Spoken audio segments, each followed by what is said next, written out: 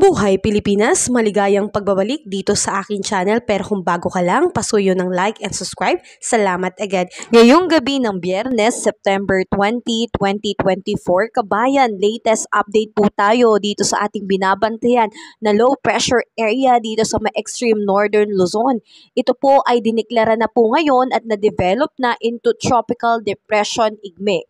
Isa na po itong ganap na bagyo, pero mahinang bagyo pa lang po sa ngayon.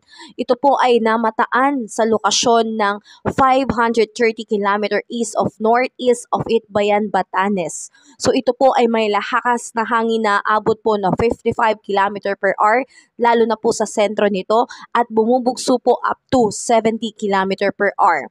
So mga kababayan, ang movement po nito ay nasa northwestward at 15 km per hour. Ito po ngayon mga kababayan ay patuloy pong nakakaapekto lalo na po dito sa bahagi po ng Batanes. At dulot nga po nitong bagyong Igme, pinapalakas din nito ang epekto ng southwest monsoon na magdadala po ng malakas na pag-ulan dito po sa mga lugar na aking babanggitin.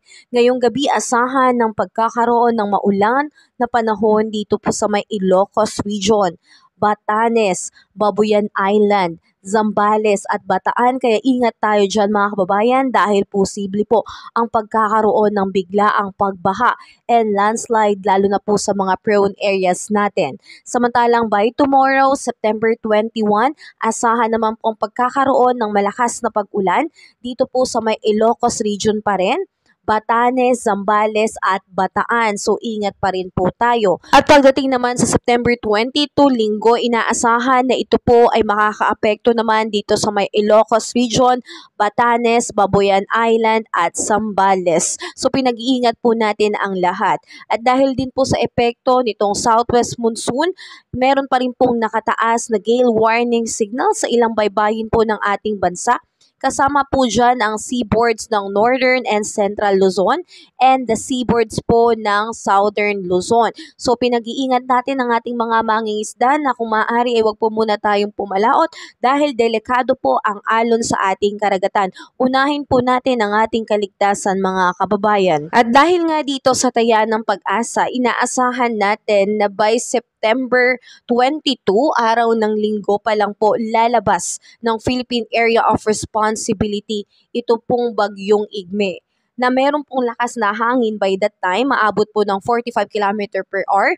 Isa pa rin po itong tropical depression o mahinang bagyo. So mga kababayan, asahan natin na ang paglabas nito ay nakakaapekto pa rin po, lalo na dito po sa may Itbayan, Batanes, dahil malapit-lapit pa rin po ang epekto nito o lokasyon nito sa ating bansa. So sa mga kababayan natin dyan, ingat po tayo, at sa mga kababayan natin na iba, ay tayo po ay maging handa dahil posible rin pong maapektuhan ang ating lugar, lalo na po pinapalakas din po nitong bagyong Igme ang hanging habagat.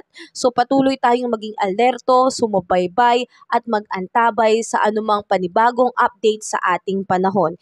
Ingat tayo kabayan, have a safe day po sa lahat, palagi tayong magdasal. Keep safe, kabayan. Kabayan, kung nakatulong sa iyo ang video na to, huwag mo namang kalimutang mag-like and subscribe at pasuyo na rin po, pahit na rin po ng notification bell para updated ka sa mga susunod ko pang weather update. Muli, maraming salamat, ingat, God bless po, kabayan.